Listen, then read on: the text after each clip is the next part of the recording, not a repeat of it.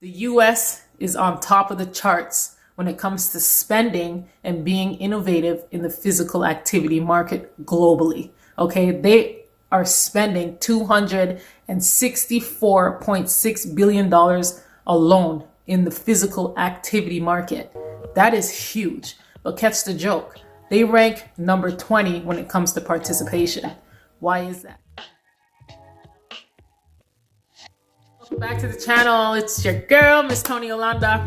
I am the creator of this channel. I create content for her mindset, her wellness, and her transformation. Document as much as possible when it comes to my growth, and I provide the value as much as possible for you guys to grow as well. That mindset, tap into your truth, and you can transform into the bigger and better you. So in this video, I want to give you guys some insight, share with you some insight that I came across. I subscribe to a newsletter with the GWI, which stands for the Global Wellness Institute, and ever so often they flood my email with briefings and just what's going on in the wellness industry. So I came across this article and it kind of threw me a curveball because I thought, our physical activity levels are, they're good. A lot more people are being aware of their physical aspect of themselves, the physical dimension, and they're actually participating and doing what's right for their body. Wellness taps into so many different dimensions. It's not just being physically active, and it's not just eating right. So make sure you go tap into my previous video, what wellness is. I'll leave a little card up here somewhere, and I'll definitely leave a link in the description below to that video. Make sure you go check that out to get more of an understanding of what wellness is. Chair and CEO Susie Ellis, listen to what she said. I'm going to leave it on the screen here, but I'm going to read it out. These provocative insights prove how critical it is for business leaders, policymakers, and the wellness industry itself to encourage ongoing daily participation in physical activity, not just those who can afford it or have easy access to gym memberships and exercise classes. I was disappointed to learn that so much of the explosive success stories we see in the fitness market from brands like Peloton, SoulCycle, and CrossFit are essentially the sales of more product to the same individuals and not introducing more people to fitness. Just because people are spending money doesn't mean people are participating. The same people that are buying the SoulCycle subscriptions, the same people that have those gym memberships with all the perks paying average maybe $200, $300 a month, they can afford it and they can afford to go to the gym. They have time to go to the gym. Now, money is just a factor. That's a small factor when it comes to participation.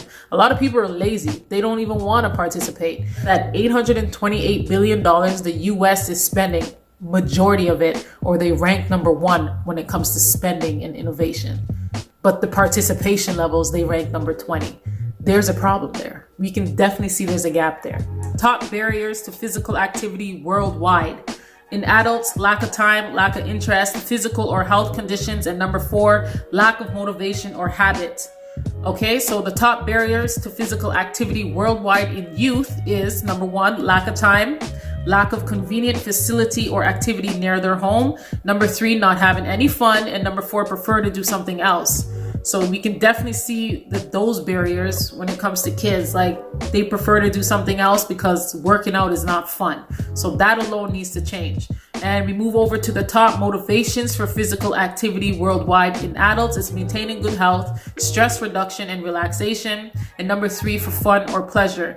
And the top motivations for physical activity worldwide for youth, number 1 being for fun, entertainment, or joy of movement. Number 2, to be with friends. And number 3, to be fit and health. Consumers spend more on physical activity than any other country in the world. $265 billion. This is what they're saying. I'm not saying it. This is what the Global Wellness Institute is saying. So the US is spending money on physical activity. US accounts for almost 1/3 of the global market. That's crazy. Not only does the US rank first for overall market size, but it also ranks first among all 6 sub-segments.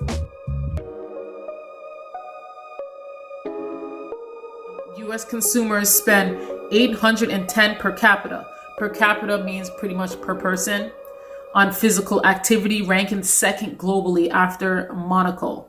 Monaco is in Europe. I think it's in the West part. CEO of the Global Wellness Institute is saying that she's disappointed. A lot of people are just spending money. So we have to learn how to make it affordable. And I do see that. I'm not going to down it and say that's not happening, because I do see that happening. We have to learn how to bridge the gap for those people and offer programs and services for those that actually want to work out. The countries that are ranking number 1, number 2 when it comes to participation, taking some of those ideas and implementing those things into our society to bring those levels up, those participation levels up. If anything, the physical activity chart should be going up and the obesity and chronic disease should be going down. So if it's here now, it shouldn't be going up like this. It should be going up like this. You know what I'm saying? There's a gap, you know, and people are falling off. People are not participating. Physical activity is everywhere across the globe. And, you know, if we want to improve our wellness, we have to learn how to work together. Links below so you guys can go dive in for yourself. And yeah, make sure you subscribe to this channel, like this video, and stay tuned for the next one. It's your girl, Miss Toni Yolanda. Stay up, stay blessed, and stay true to yourself, because if you're not true to you, who's going to be true to you?